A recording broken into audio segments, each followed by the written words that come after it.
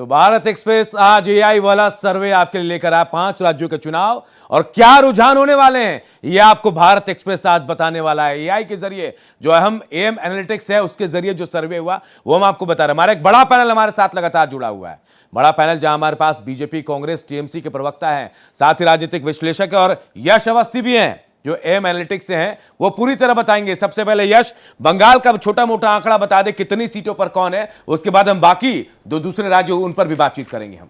जी बहुत बहुत धन्यवाद अनूप सर। तो बंगाल में क्या है, जैसे बीजेपी लड़ रही थी, टीएमसी 294 सीटें हैं। ये असम का जो आपको स्क्रीन पे दिखाया जा रहा है किसको कितनी सीटें हैं।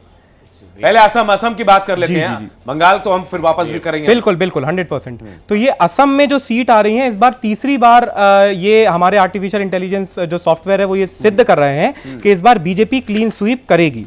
बीजेपी प्लस जो एनडीए है ये 90 से 114 सीटें इनको हासिल हो रही हैं और ये तीसरी टाइम बना रहे हैं। और इस बार ऐसा था, इस बार एंटी इनकम्बेंसी की लहर नहीं थी। मतलब अगर आप ग्राउंड रियलिटी पे जब हमारे सॉफ्टवेयर ने जांचा, मतलब सॉफ्टवेयर बिना जाए ग्राउंड रियलिटी पे गया, तो हम लोग जब इवैल्यूएट कर रहे थे तो ये बात सिद्ध थी कि वहां पे कभी सत्ता विरोधी लहर लोगों के मस्तिष्क में नहीं थी।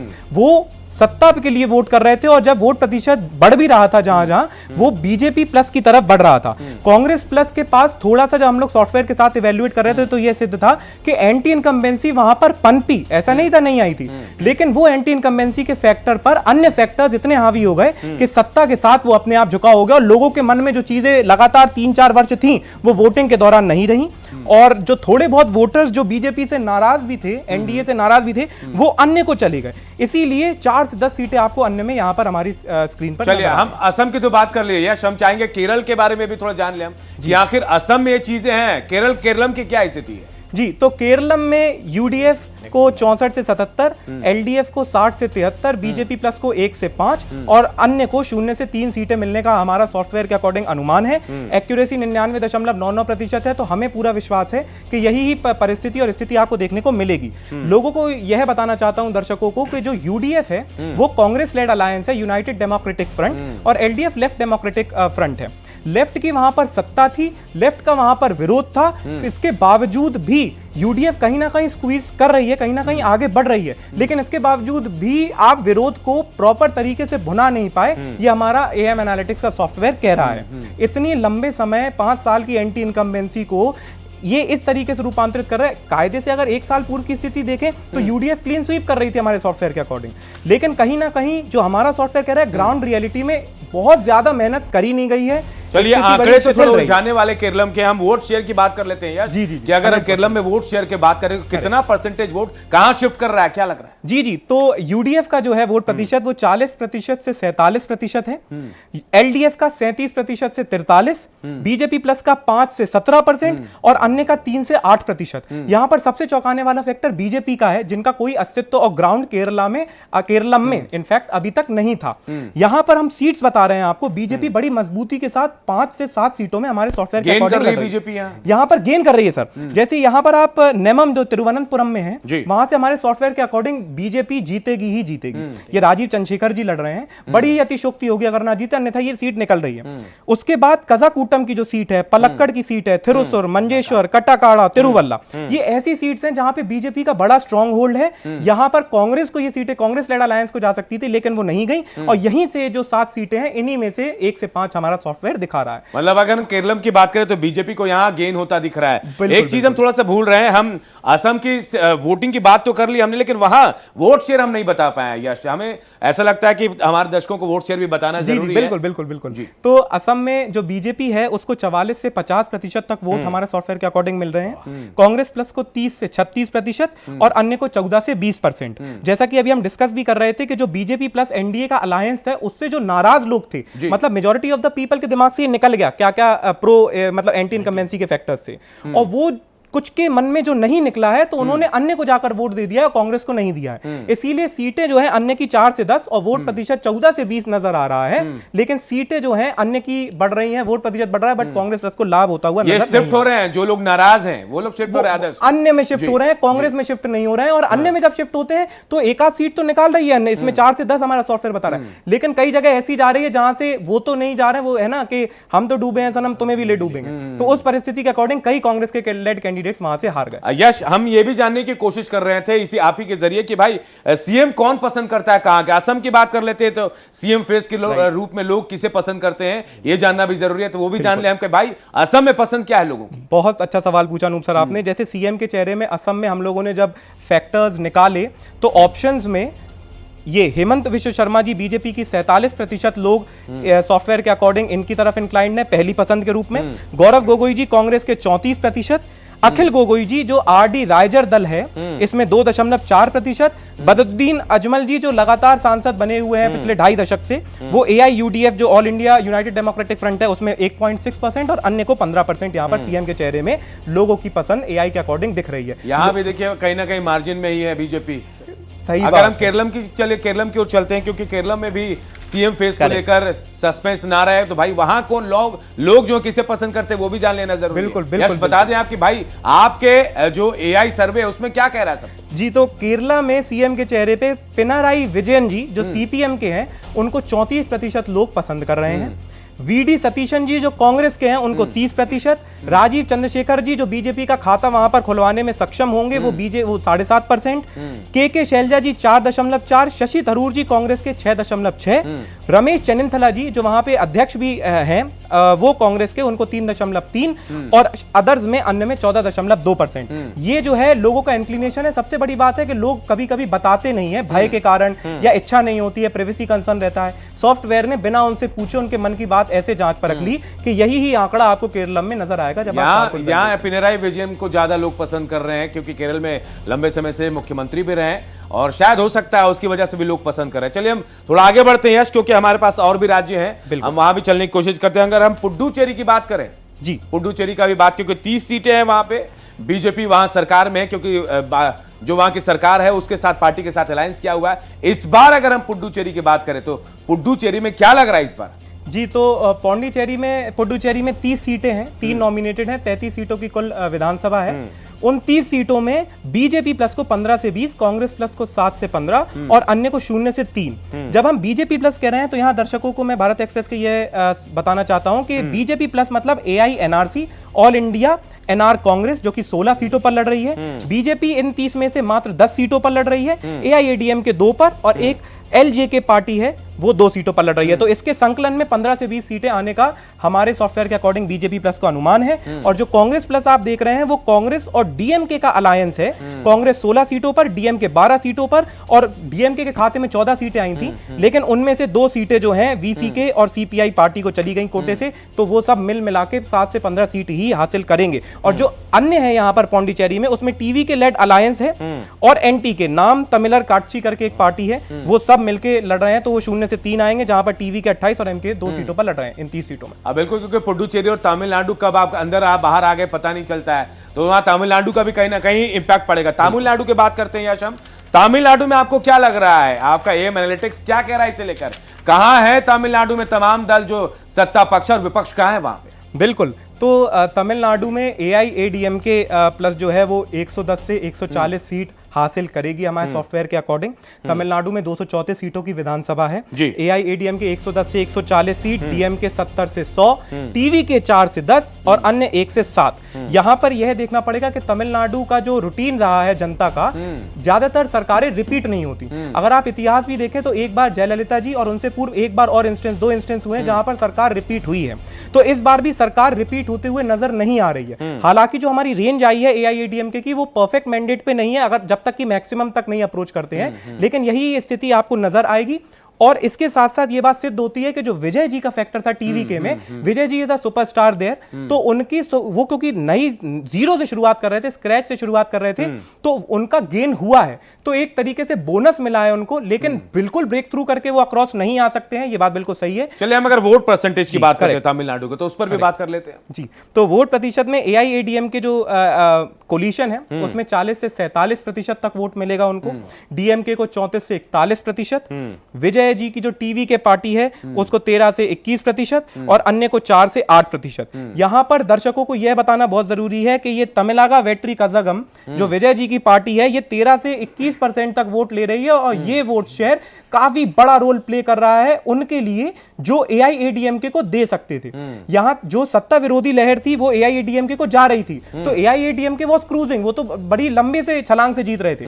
लेकिन जैसे ही विजय जी की एंट्री होती है तो जो लोग डीएमके का विकल्प ढूंढ रहे थे वो टीवीके में चले गए। इसके कारण जो सीधी सत्ता बन रही थी एआईएडीएमके की वो हल्की सी विस्मय में आ गई। और ये देखिए इसका फायदा मिल रहा है विजय को, वो लोग उधर शिफ्ट कर रहे हैं। अगर हम सीएम की बात करते हैं तो तमिलनाडु के लोग सीएम के रूप में किसे पसंद करते हैं, यश, ये भी जानना जरूरी है। परफेक्ट। तो तमिलनाडु में एमके स्टालिन जी डीएमके की रूप में 31% जनता जो है वो उनको पसंद करती है।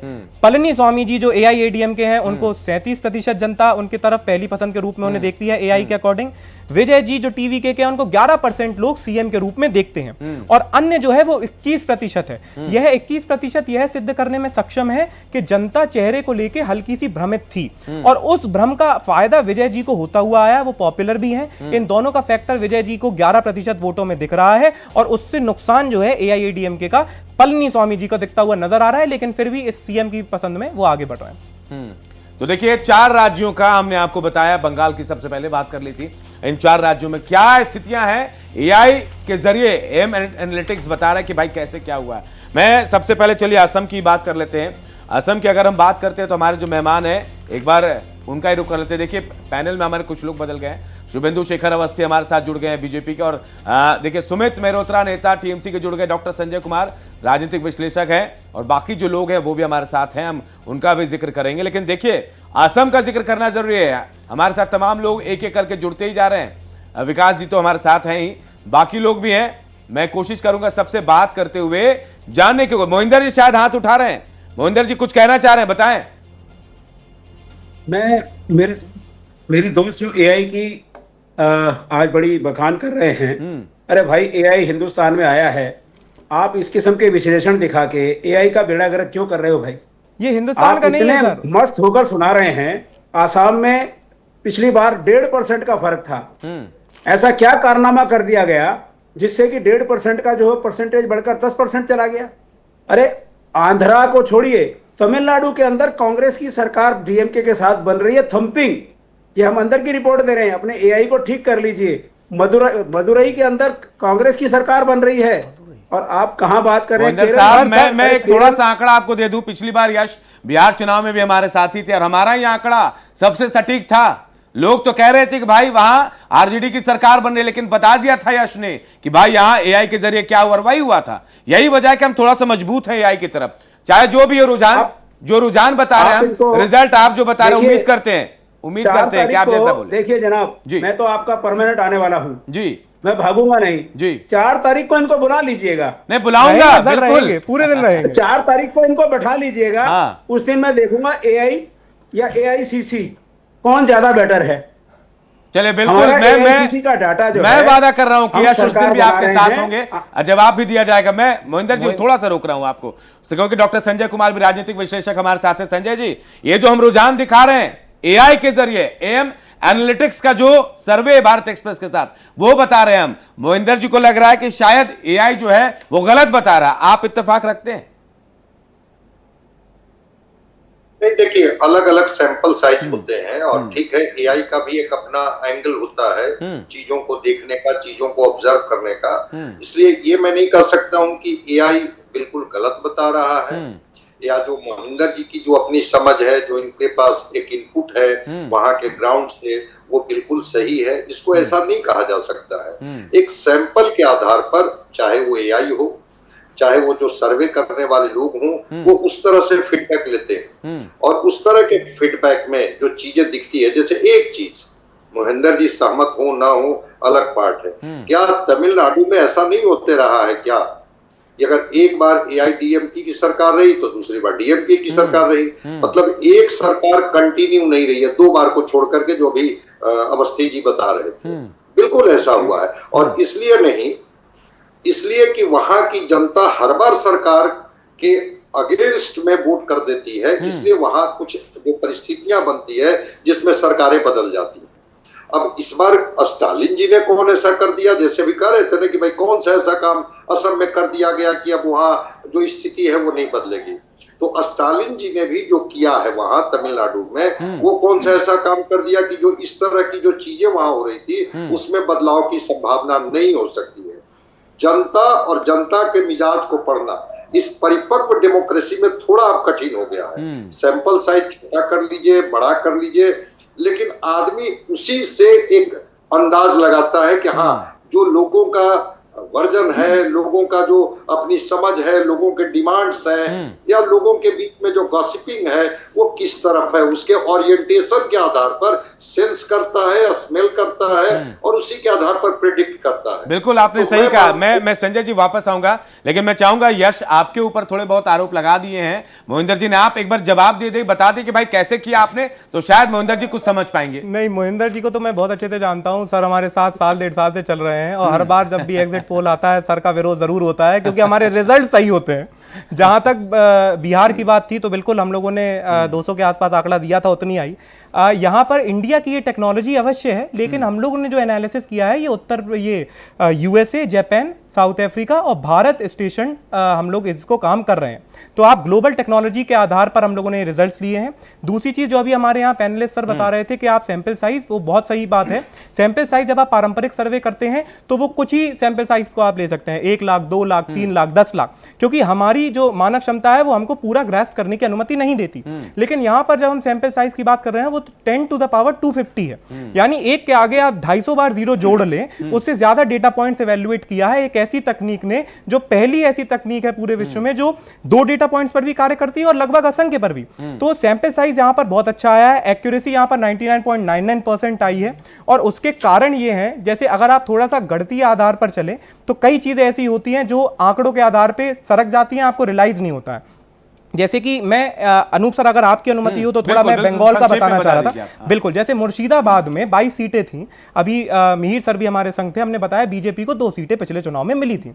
इस बार अगर आप आंकड़े देखें तो एसआईआर में मुस्लिम वोटर्स, और आप बात कर रहे हैं हिंदू मुस्लिम कास्ट की, भाई लोगों के मन में ये फैक्टर्स है और हमको वो इवेल्युएट करना है। तो वो इवेल्युएशन के दौरान ये बात तय थी कि काफी माइनॉरिटीज और जो मतुआ के जो लोग थे वहां से वोटर्स कटे हैं। ऐसी स्थिति में हम लोग जो बंगाल में देख रहे थे वो 7 के आसपास सीटें मुर्शिदाबाद से बीजेपी को मिलने की संभावना है। और जहां तक मालदा की बात है, जिसमें 12 लेजिस्लेटिव असेंबली सीट्स आती हैं, उसमें बीजेपी पिछली बार 4 जीती थी, हबीबपुर, गजोल, मलदाहा और इंग्लिश बाजार। तो इस बार हम लोग उनको 5 सीटें एएम एनालिटिक्स के सॉफ्टवेयर से दिखा रहे हैं। जो 5वीं सीट है वो मनिकचक है, उसमें गौर चंद्र मंडल जी हैं। मैं जरूर मिलूंगा मोहिंदर जी से और 4 तारीख को बात करेंगे। ये गौर चंद्र मंडल जी भी वहां से जीत रहे हैं, ये बात हमारे सॉफ्टवेयर के अकॉर्डिंग तय है। तो ये और संक्षिप्त में मैं थोड़ा समय की कमी के कारण आपको वो सीटें बता देता हूं जो टीएमसी जीत रही है हमारे सॉफ्टवेयर के अकॉर्डिंग, हॉट सीट्स, और वो सीटें बता देता हूं जो बीजेपी। बिल्कुल संक्षिप्त में, देगंग, बारासात, चौरांगी, रसबिहारी, बेहल वेस्ट, टॉलीगंज, एंटेली, बेलाघाट, कोलकाता पोर्ट, बैलीगंज, ये वो सीटें हैं जो टीएमसी के कैंडिडेट्स बड़ी आसानी से हमारे सॉफ्टवेयर के अकॉर्डिंग निकाल रहे हैं। यश, मोहिंदर जी कुछ कहना चाह रहे हैं। मोहिंदर जी आपका जवाब हो तब मैं शुभेंदु जी के पास जाऊं। मैं तो छोटी छोटी बातें कह देता हूं। जहां तक तमिलनाडु का ताल्लुक है, एआईडीएमके के 4 टुकड़े हो चुके हैं। अगर आप ध्यान से करें तो उनके जो चीफ मिनिस्टर थे वही छोड़कर डीएमके में चले गए हैं।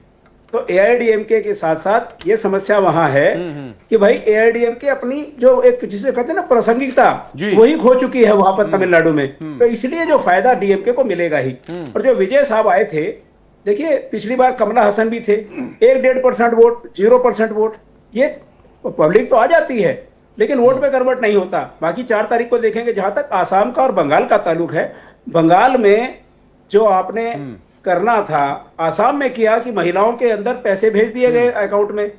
ये ममता जी भी कर चुकी, पैसे भेज चुकी। तो आपका जो कार्ड है ना, जो बीजेपी का, वो कार्ड ममता जी काट चुकी। आप हरियाणा में जीत गए, आप महाराष्ट्र में जीत गए, महिलाओं को पैसे दे दिए।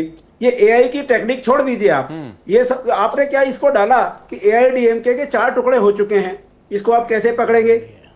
ये तो चलिए, आपने आप उसको जो सवाल factor उठा रहे हैं किया ही सर, होगा। 4 तारीख को जब हम मिलेंगे मोहिंदर जी, यश भी होंगे, क्योंकि यश का शेड्यूल भी बहुत टाइट है। जिस एआई को लेकर आप कह रहे हैं मोहिंदर जी कि एआई पे भरोसा नहीं, वही एआई की वजह से यश अभी बहुत सारे चैनलों में जाने वाले हैं। और मैं आपको कह रहा हूं मोहिंदर जी, मैं आपको कह रहा हूं कि 4 तारीख को पक्का यश मिलेंगे एआई आपको। पे भरोसा है, एआई पे भरोसा है, एआई पे चलाने वालों पे भरोसा नहीं है। चलिए, इस पर भी बात करेंगे मोहिंदर जी। और हमारे साथ देखिए जो टीएमसी के नेता हैं सुमित मेहरोत्रा, वो भी जुड़ गए हैं। मैं सुमित जी आपके पास आना चाह रहा हूं। लगातार हम बातचीत भी कर रहे हैं, तमाम बंगाल को लेकर कहा जा रहा है सबसे ज्यादा फोकस बंगाल में है। हमारे जो डाटा है, हमारा जो एआई सर्वे है, वो कह रहा है कि बीजेपी प्लस जा रही है, आप कह रहे हैं कि सरकार हमारी बनेगी। क्या लग रहा है आपको, कहां फैक्टर काम कर रहा है? मैं ज्यादा तो नहीं, 2021 की बात अगर करें तो 2021 में भी भारतीय जनता पार्टी को सारे ही चैनल्स ने बढ़त दिखाई थी, सरकार बनाते हुए दिखाई थी। और अभी तो ये आंकड़े हैं कि बीजेपी बढ़त में जा रही है। ज्यादा नहीं, 4 तारीख के सुबह का जब मतपेटी खोलेगी तो आपको दिखेगा कि टीएमसी पार्टी पूर्ण बहुमत की सरकार बनाती हुई नजर आएगी।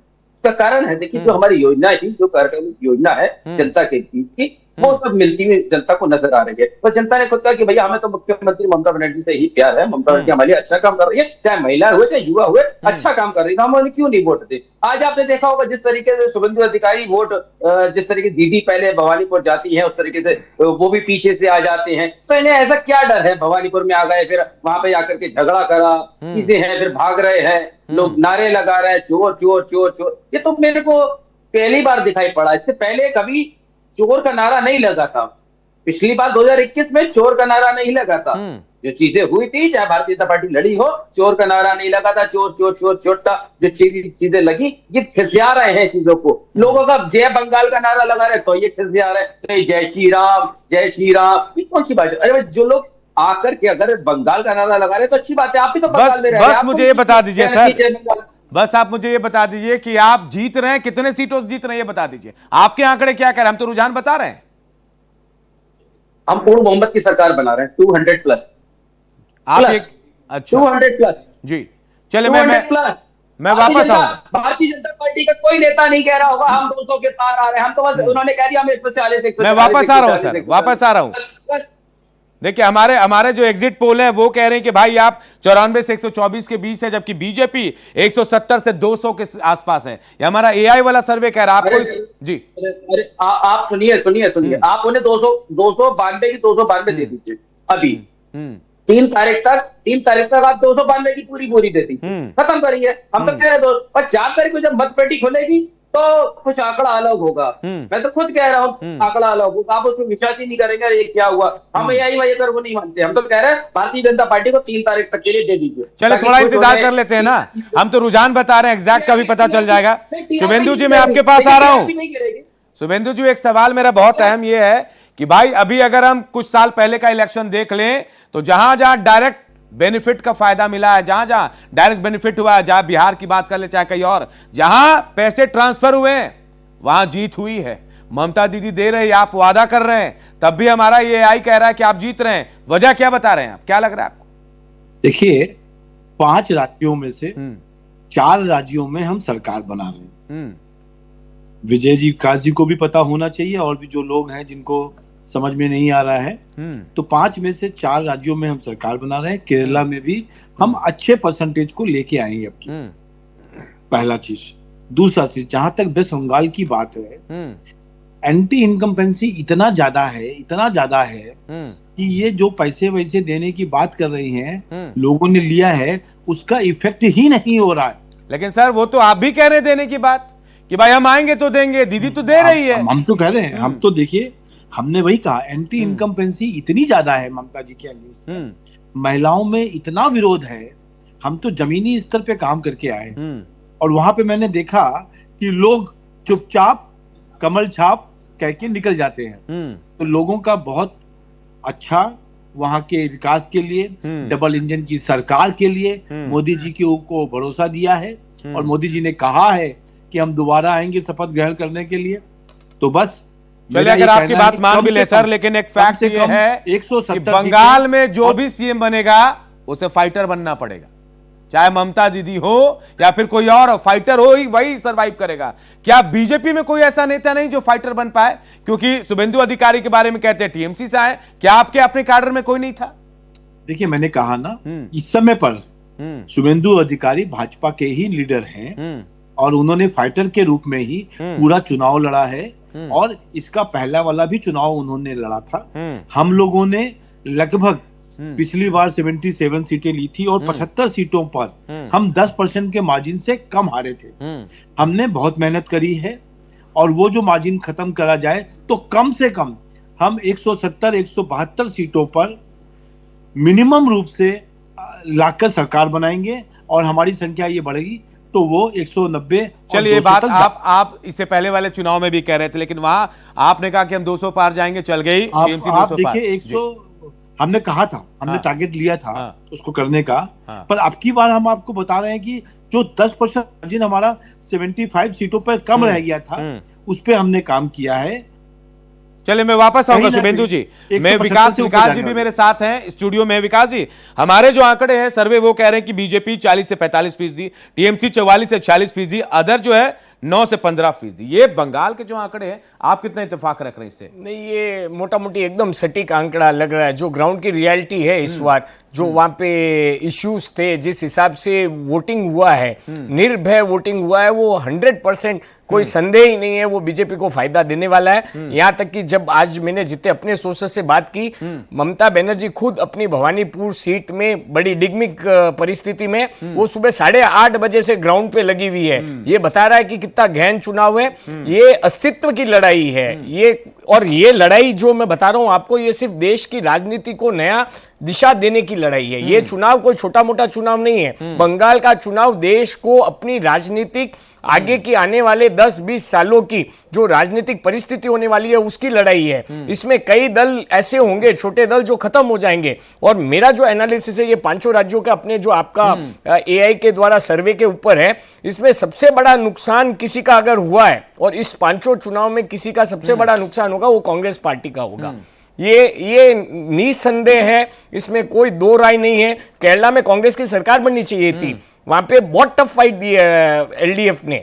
यूडीएफ एलडीएफ की एकदम कांटे की टक्कर है, जहां उनकी एंटी इनकम्बेंसी को टैप नहीं कर पाए केरला में। तमिलनाडु में भी कांटे की टक्कर है, विजय का फैक्टर है, एक्टर विजय इस बार नहीं लेके आए। पुदुचेरी में भी कांग्रेस की सरकार बननी चाहिए थी डीएमके के साथ टाइप में, वो भी होती नहीं दिख रही है। असम तो पहले से ही चुनाव चालू होने से पहले जिस हिसाब से हेमंत बिश्वा शर्मा जी ने चुनाव को आगे मोमेंटम दिया था वो उसी समय खत्म हो चुका था। और बंगाल में तो कोई उनका पहले से ही कोई अस्तित्व है नहीं। तो कांग्रेस के लिए मेरे पास दो लाइन है अपने दर्शकों के लिए, जो आज विरासत के गरूर में जमीन का साथ छूट गया, जनता का हाथ क्या छूटा, खुद का वजूद टूट गया। ये कांग्रेस का हाल है। इसके अलावा पुराने दौर में आज भी कांग्रेस अभी भी अपनी गलतियां न मान रही है, न अपने आप को बदलने की कोशिश नहीं कर रही है, समझ नहीं रही है कि ये मोदी जी का और अमित शाह का दौर है, ये एआई का दौर है। इसमें वक्त बदल गया मगर अंदाज वही पुराना है। कांग्रेस के ऊपर कोई नाराजगी ना हो, ये एकदम हकीकत है और इससे हर इत्तेफाक रखेंगे। वक्त बदल गया मगर अंदाज वही पुराना है, पुराने चिराग से अब मुमकिन का नया जमाना है। ये कांग्रेस की हकीकत है। चलिए, कांग्रेस के अभी शायद प्रवक्ता हमारे साथ जुड़े नहीं है, लेकिन अगर होते तो शायद जवाब जरूर मिलता अभी आपको।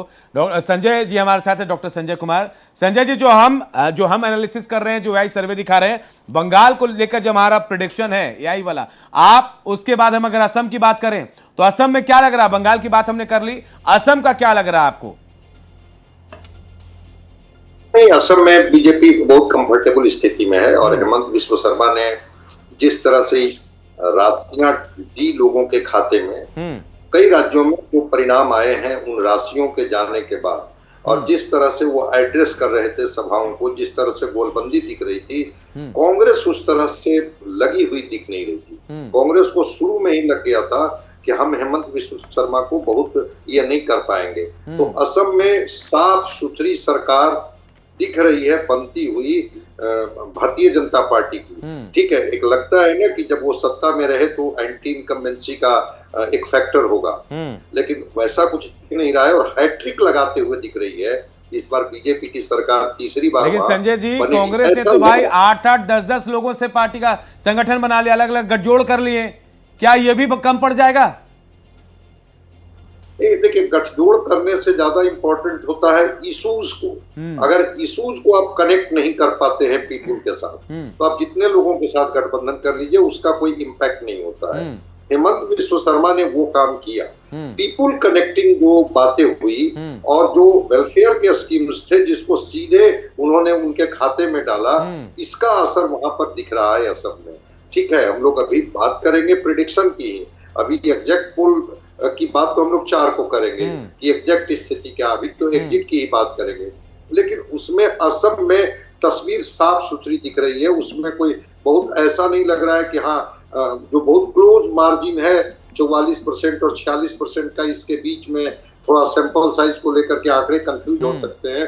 वहां बीजेपी बढ़त बनाते हुए काफी दिख रही है, वहीं पर कांग्रेस पिछड़ते हुए दिख रही है। तो असम की तस्वीर बताने में मुझे कोई आपत्ति नहीं है कि असम में साफ साफ बीजेपी की सरकार बनते हुए दिख रही है। चलिए, असम की बात हो गई। सुमित जी, मैं आपके पास आऊंगा क्योंकि पश्चिम बंगाल से होकर ही असम जाना पड़ता है। सुमित जी, आपको क्या लग रहा है? पश्चिम बंगाल में तो आप दावा कर रहे हैं। चलिए सुमित जी हमारे साथ फिलहाल नहीं जुड़े हैं। मैं हमारे बीजेपी के जो प्रवक्ता है उनके पास चलता हूं। क्या लगता है शुभेंदु जी आपको, असम में आप क्लीन स्वीप कर रहे हैं? क्या लग रहा है? कांग्रेस तो दावे कर रही थी वहां। देखिए, कांग्रेस के लिए कुछ भी बचा नहीं है, मेरे को मालूम है। धीरे धीरे वो हर जगह से खत्म होती जा रही है। और अब ये कांग्रेस ने चालू किया पिछले कुछ सालों से कि वहां की लोकल पार्टीज के साथ जुड़ के खड़े होना, क्योंकि अपने दम पर वो वहां खड़ी नहीं हो सकती थी। प्रयास उन्होंने किया, पर जिस तरीके की जनता चाहती है कांग्रेस को लीड करने को देखते हुए, वो लीडरशिप नहीं दिख रही है कांग्रेस में।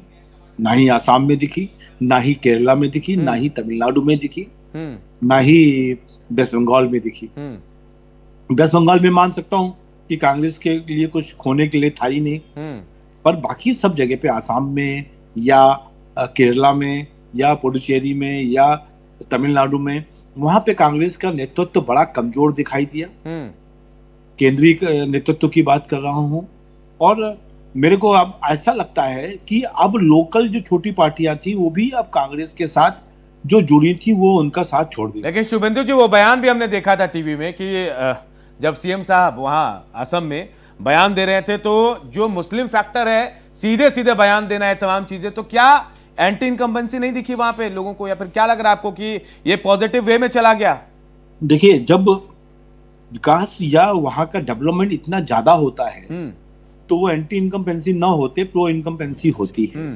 और उसमें कुछ चीजें ऐसी होती हैं, जैसे आपने अभी बताया कि जो उनका बयान था, कुछ यदि निगेटिव भी गया होगा या उनका वोट कंसोलिडेट हुआ होगा या कंसंट्रेट हुआ होगा, तब भी उसका इफेक्ट 1-8% पे पड़ता है। और मेरे को लगता है आसाम में तो कोई दिक्कत है ही नहीं कहीं पे भी। पहले दिन से ही ये क्लैरिटी थी कि ये तो हमारे पास जीत के आने वाली है। संघर्ष हमारा तमिलनाडु और वेस्ट बंगाल के लिए ज्यादा रहा। पुडुचेरी को भी हम लोग क्लियरली समझ रहे थे कि हम लोग जीतेंगे। और चलिए उस पर भी बात करेंगे शुभेंदु जी, थोड़ा वक्त है हमारे पास, हम बात करेंगे। विकास जी, मैं आपके पास आ रहा हूं। असम को लेकर अगर प्रेडिक्शन जो हम कर रहे हैं, जो हम दिखा रहे हैं कि भाई इतने सीटें, इतने परसेंटेज, आप क्या लग रहा है कि इतने के बराबर पहुंच जाएंगे सर? नहीं, ये तो वन साइड वेव थी सर। मैं आपको पहले भी बताया था, असम का तो चुनाव चालू होने से पहले ही इस बार पूर्ण हो चुका था। जिस हिसाब से ट्रस्ट मी, मोदी जी और शाह जी के बाद अगर किसी ने अपने दम पे चुनाव को आगे लेके गए हैं, वो हेमंत बिस्वा शर्मा ने, और गजब तरीके से। और क्या उन्होंने वैसीफोरस तरीके से, कोई मुद्दा ही नहीं दिया कांग्रेस को कहीं खड़ा होने का। और जिस हिसाब से उन्होंने गौरव गोगोई को पहले से ही अटैकिंग मोड पे रखा, क्योंकि वो उनके वहां के चेहरे थे। उसके बाद जो पवन खेरा का एपिसोड हुआ जी, वो तो उन्होंने अलग लेवल लेके गए। और ये टर्निंग पॉइंट मान सकते हैं इसको। एकदम टर्निंग पॉइंट है सर। चलिए विकास जी, मैं आपसे ही शुरू कर रहा हूं। चलिए असम की बात कर लें, केरलम की हम बात करते हैं। केरलम का आपको लग रहा है कि जो हम बता रहे हैं आंकड़े, जो सीटें हम बता रहे हैं, जो परसेंटेज हम बता रहे हैं, यूडीएफ 40 से 47%, एलडीएफ 37 से 43%, बीजेपी 5 से 17%, अदर 3 से 8%, क्या लग रहा है ऐसा हो रहा है? मैं केरला खुद था, मैं ग्राउंड पे था, और इस चुनाव का केरला में चाहे यूडीएफ की सरकार बने, एलडीएफ की सरकार बने, कोई अतिशयोक्ति नहीं है। नेक टू नेक बटा रहा है अपना, तो एकदम कंक्रीट नहीं है। बट वापस मैं सबको बताऊंगा कि ये 2016 का बंगाल का मोमेंट केरला में होगा। बड़े ही जबरदस्त तरीके से भारतीय जनता पार्टी ने बीजेपी में वहां पे चुनाव लड़ा है। और चाहे सीटें 5 आएगी, 6 आएगी, 100% आएगी, 5 के ऊपर सीट आनी चाहिए, 5 के आसपास। बट एक ये इंडिकेशन है नेक्स्ट 10-15 साल तक बीजेपी का सीएम होगा, यही कहना चाह रहे हैं। 100% जिस हिसाब से वो अपनी वहां मेहनत कर रहे हैं, और वहां पे भी आप देखिए वहां पे भी डेमोग्राफिक है, एक तरफ मुस्लिम वोट है, एक तरफ क्रिश्चियन वोट है, एक तरफ हिंदू वोट है। वहां पे एक कोशिश की जा रही है कि क्रिश्चियन प्लस हिंदू का समीकरण बना जाए ताकि मुस्लिम की जो मेजोरिटी को तोड़े सीटों पे, और इस पे बहुत वर्क हुआ है। ये हिंदू बहुल क्षेत्रों में बीजेपी ने बहुत काम किया, आरएसएस वहां पे बहुत और एक्टिव इसका है। रिजल्ट देखिए आने वाले समय में 100% आने वाला है। हाँ। ये आपको लोकसभा में ही पता चल जाएगा। कम से कम 3 सीटें केरला से लोकसभा में बीजेपी का कमल खिलेगा, ये अभी से ही इंडिकेशन वहां पे दिखाई दे रहा है। शुभेंदु जी, मैं आपके पास आ रहा हूं, केरलम को लेकर क्या लग रहा है? हम जो कह रहे हैं कि भाई इतने परसेंटेज है, केरला में कहां हैं आप? हम केरला में कमजोर हैं, ये हम मानते हैं। हम प्रयास कर रहे हैं, हमने वहां पे अपना बेस बनाया है, और उस बेस बनाने के कारण हमको ऐसा लगता था, जो हमारी वर्किंग है, कि हमको 7 से 10 सीटें मिलेंगी।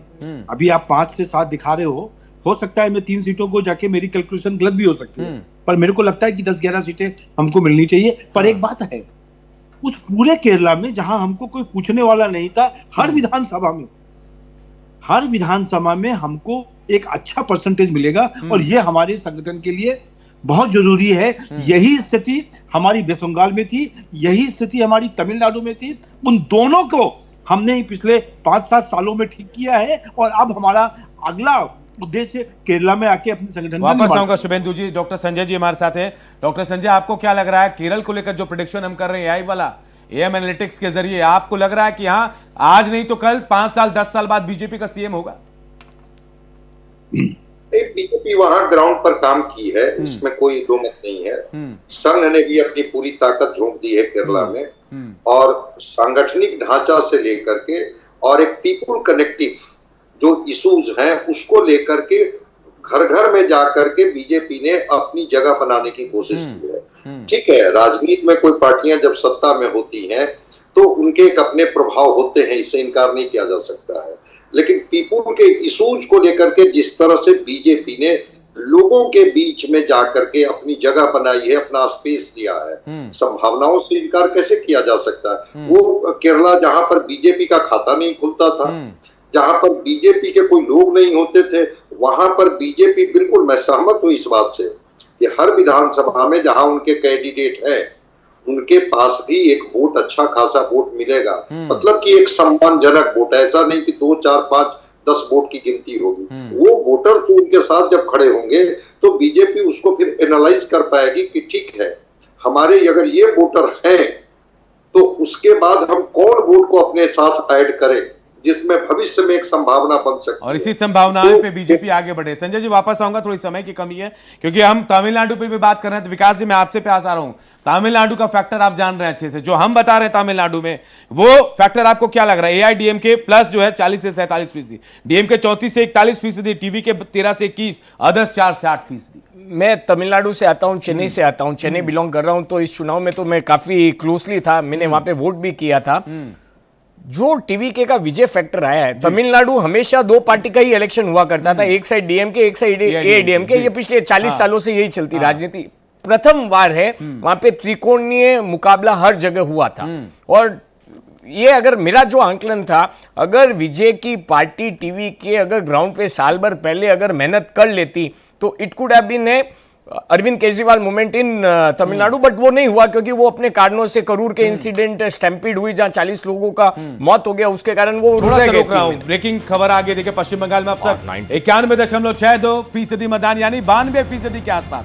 आखिरी फेज में भी बम्पर वोटिंग हुई है और देखिए पूर्वी वर्धमान में सबसे ज्यादा 93.48% वोटिंग। उत्तर कोलकाता में अब तक 89.03% मतदान, हुगली में 91.50%, हावड़ा में 91%, दक्षिण कोलकाता में सबसे कम 87.39% मतदान, नयादिया में 91.45%, 24 परगना में 92%, पश्चिम बंगाल में अब तक लगभग 92% मतदान के आसपास। आप समझिए ये बम्पर वोटिंग। और देखिए ये सबसे बड़ी बात है, ये तस्वीर जो है। और मैं संजय जी आपके पास आ रहा हूं, हम अगर बात कर लें इतिहास रचने की तो सिर्फ पश्चिम बंगाल में इतिहास नहीं रचा गया संजय जी, पूरे देश में इतना बड़ा वोटिंग परसेंटेज शायद आज तक नहीं आया। क्या चुनाव आयोग की सतर्कता, एसआईआर, या तमाम चीजें जो एक्सरसाइज की गई उसका नतीजा है संजय जी? जो वोट कटे वहां पर या जितने वोटर्स को लेकर के एसआईआर में ये हुआ, तो उसमें जितने प्रवासी थे उन्होंने अपना प्रेजेंस दिखाया। एक कहीं ना कहीं उनके मन में ये बात रही कि अगर हम नहीं देंगे वोट तो हम कई राइट्स से वंचित हो जाएंगे। उसी वोटिंग आइडेंटिटी से तो उनके कई वेलफेयर स्कीम्स कनेक्टेड होते हैं। और मैंने आज कई लोगों को सुना भी संजय जी कि कई लोग तो भागते हुए जा रहे थे कि अगर मैंने वोट नहीं दिया तो मेरा नाम कट जाएगा यहां से वहां से, इसीलिए कहीं दूसरे प्रदेश से भाग क्या रहे थे, वोट देने थे, डर था, लेकिन मतदान जो अधिकार था वो दिया इन लोगों ने। मैं वापस आऊंगा संजय जी, मैं जैन साहब के पास आ रहा हूं। तमिलनाडु की बात कर रहे थे, बिल्कुल संक्षेप में बताइएगा विकास जी। तमिलनाडु 3 स्तरों पर चुनाव लड़ा गया था। पहला था सत्ता बनाम एंटी इनकम्बेंसी, दूसरा था क्षेत्रीय समीकरण, और तीसरा था विजय जो नए पार्टी एटीवी के वो फैक्टर था। ये चुनाव विरासत बनाम बदलाव का चुनाव दिख रहा था। ग्राउंड पे ये हकीकत है, ये विरासत बनाम बदलाव की जंग थी। स्टालिन जी का अनुभव, पल्लीस्वामी जी का संगठन और विजय के स्टार पावर का ये चुनाव था। अब जनता ने इसमें बड़े ही दिलचस्प मोड़ से किया इस बार। ये आपका तो एआई का एग्जिट पोल है, बाकी जो लोग ग्राउंड में लेके 25, 50, 100 लोगों से अगर लेके किसी ने एग्जिट पोल किए वो बुरी तरह से फेल जाने वाला है। क्योंकि जो मैंने चुनाव के दिन चेन्नई में देखा था, लोग खाकी पैंट और व्हाइट शर्ट पहन के जो युवा थे और महिलाएं थे, उनका रुझान दोनों पार्टियों से मुड़ के विजय की तरफ गया है। बट वापस जब भी चेन्नई सिटी से अगर आप बाहर निकल चले जाएं, जैसे कोवई में जाएं, कोयम्बतूर में जाएं, मदुरई में जाएं, वहां विजय फैक्टर थोड़ा कम था। तो ये रूरल बनाम अर्बन डिवाइड भी था वहां पे। बड़ा ही दिलचस्प चुनाव, थोड़ा स्टार पावर है, वो भी देख लेंगे। मैं शुभेंदु जी आपके पास आ रहा हूं, क्या लगता है आपको तमिलनाडु को लेकर शुभेंदु जी? हम सरकार बना रहे हैं एआईडीएमके की, और बहुत क्लैरिटी में कह रहा हूं मैं, कोई कंफ्यूजन नहीं है। 5 में से 4 सरकार बना रहे हैं, और यही रिजल्ट 4 तारीख को भी रहने वाला है। वर्किंग जमीन पे किया है।